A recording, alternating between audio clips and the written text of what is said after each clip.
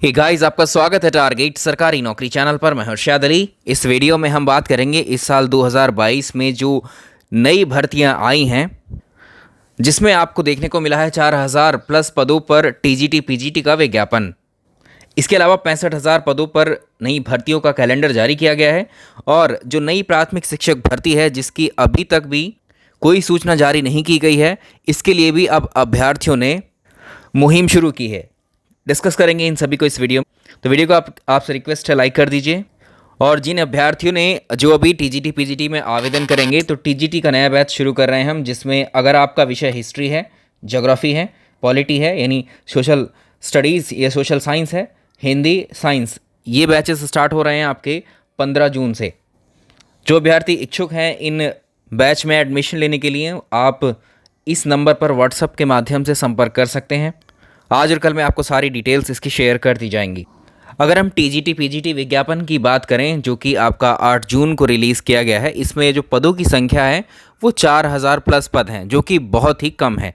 लेकिन इससे पहले एक अनाउंसमेंट की गई थी कि माध्यमिक शिक्षा चयन बोर्ड के द्वारा, जिसमें 27,000 पदों पर ये टीजीटी पीजीटी की भर्ती कराई जाएगी, और इसके बदले में केवल 4000 पदों पर ही विज्ञापन जारी किया गया है। तो 27,000 पदों के विज्ञापन को लेकर के छात्र जो हैं, अभ्यर्थी जो हैं, धरना प्रदर्शन किया है कल शुक्रवार के दिन। वार्षिक आप यहाँ देख सकते हैं कि माध्यमिक चयन बोर्ड में जो है 27,000 पदों पर चयन प्रक्रिया के लिए हरी झंडी मुख्यमंत्री योगी आदित्यनाथ के द्वारा ये ऐलान भी किया गया था, और चयन बोर्ड के द्वारा 5,000 से कम पदों पर ये विज्ञापन अब जारी किया गया है, जिससे अभ्यर्थी काफ़ी गुस्से में हैं। और इस मुद्दे पर शुक्रवार को सैकड़ों युवाओं ने चयन बोर्ड पर प्रदर्शन करा था, और कल ये प्रदर्शन किया गया है। और उन्होंने जो है 27,000 पदों से कम पर विज्ञापन मंजूर नहीं है, ऐसा कहा है। और इधर छात्रों के प्रतिनिधि मंडल की एक उप सचिव नवल किशोर से जो है वार्ता में भी उनके द्वारा अपनी मांगों को मुख्यमंत्री योगी जी तक पहुंचाने की अपील की गई है। उप सचिव से युवाओं ने दो टूक बता दिया है कि 27,000 पदों से कम विज्ञापन मंजूर नहीं है।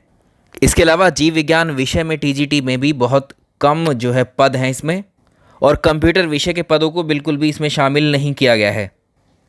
तो चयन बोर्ड को जो भी अधियाचन प्राप्त हुआ है, उसके सत्यापन के बाद ही विज्ञापन जारी किया गया है। ये भी बताया गया है कि नए अधियाचन के लिए जो पुनः पोर्टल खोला जाएगा और पुनः अधियाचन प्राप्त होता है, तो उसके अनुरूप विज्ञापन में सीटें संशोधित की जाएंगी।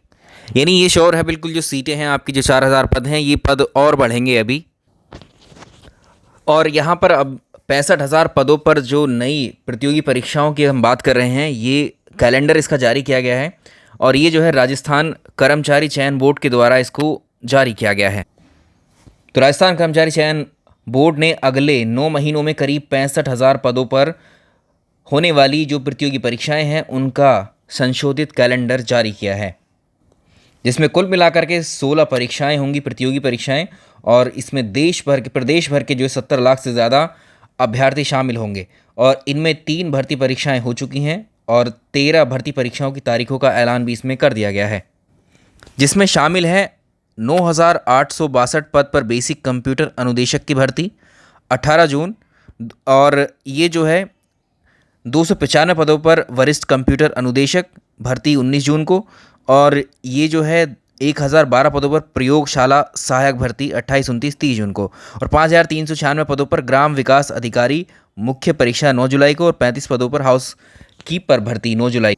तो ये पूरा कैलेंडर जारी किया गया है। 189 पदों पर कनिष्ठ अभियंता कृषि भर्ती, 460 पदों पर पुस्तकालय अध्यक्ष ग्रेड 3 परीक्षा, 5,126 पदों पर शारीरिक प्रशिक्षण अनुदेशक ग्रेड 3, और इसके अलावा 1,041 पदों पर वन रक्षक भर्ती, और 500 पदों के लिए रीट भर्ती 2023। तो ये राजस्थान प्रदेश की जो भर्तियां हैं, उनका कैलेंडर है ये। तो इस साल 2022 में राजस्थान में ये जो 13 भर्तियां हैं, इनके एग्जामिनेशंस कंडक्ट कराने के लिए कैलेंडर जारी किया गया है। और कल आपकी यूपीपीसीएस की प्रीलिम्स परीक्षा है।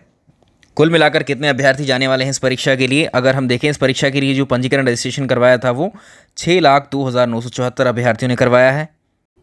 पिछले वर्ष के मुकाबले इस साल जो है परीक्षा के लिए आवेदन कम आए हैं। आप देख पा रहे हैं यहाँ, इस बार 6,02,974 आवेदन, पिछली बार 6,91,576 आवेदन किए गए। तो ये परीक्षा आपकी सुबह 2 पालियों में है। पहली पाली सुबह जो है 9:30 बजे होगी और ये 11:30 तक चलेगी और उसके बाद 2:30 बजे से 4:30 तक होगी दूसरी पाली।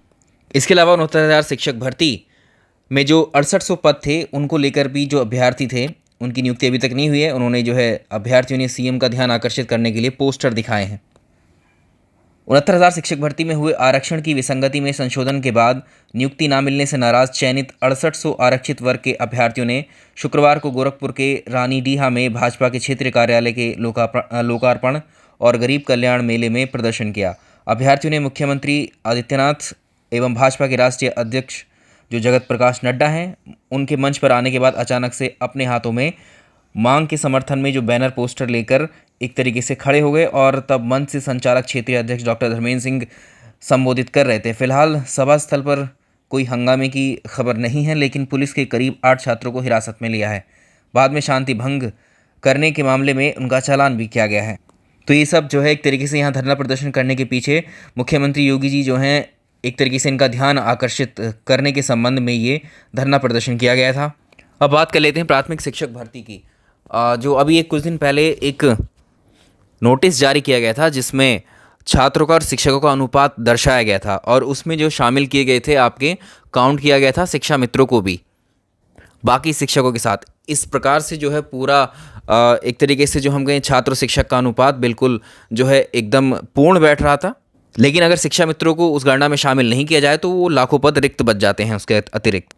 इसी के संबंध में जो उत्तर प्रदेश बेसिक शिक्षा परिषद है उसके सचिव को एक लेटर भेजा गया है। विषय क्या है? बेसिक शिक्षा विभाग में जो शिक्षक छात्र अनुपात में शिक्षा मित्रों को नियमित शिक्षक के रूप में गणना में शामिल नहीं किए जाने के संबंध में लेटर दिया गया है। जैसा कि विदित है कि बेसिक शिक्षा परिषद प्रयागराज द्वारा समय समय पर समस्त जिला बेसिक शिक्षा अधिकारियों से शिक्षकों के रिक्त पद शिक्षक छात्र के अनुपात के संबंध में रिपोर्टें मांगी जाती रही हैं। अभी हाल में एक पत्रांक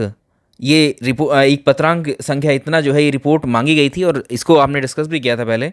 तो इसमें आपसे निवेदन है कि ये बताया गया कि जो शिक्षक छात्र अनुपात में इसमें शिक्षा मित्रों की गणना की गई थी। तो शिक्षक छात्र अनुपात में शिक्षा मित्रों के पदों की गणना की गई थी। अब इसमें इस लेटर में ये बताया गया कि इन शिक्षा मित्र के पदों की गणना ना की जाए। पूर्णकालिक जो शिक्षक के रूप में शिक्षा मित्रों की जो गणना है वो RTE 2009 और नई शिक्षा नीति का उल्लंघन होगा।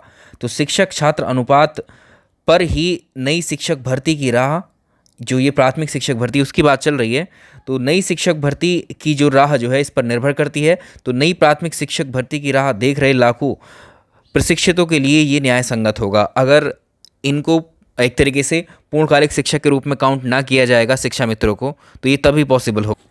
तो उत्तर प्रदेश में नई प्राथमिक शिक्षक भर्ती को लेकर एक छोटी सी पहल ये शुरू की गई है अभी, और इस साल इस भर्ती परीक्षा की जो बेसिक में यानी प्राथमिक शिक्षक भर्ती है उसके आने के चांस इस साल के अंत तक जो है लग रहे हैं।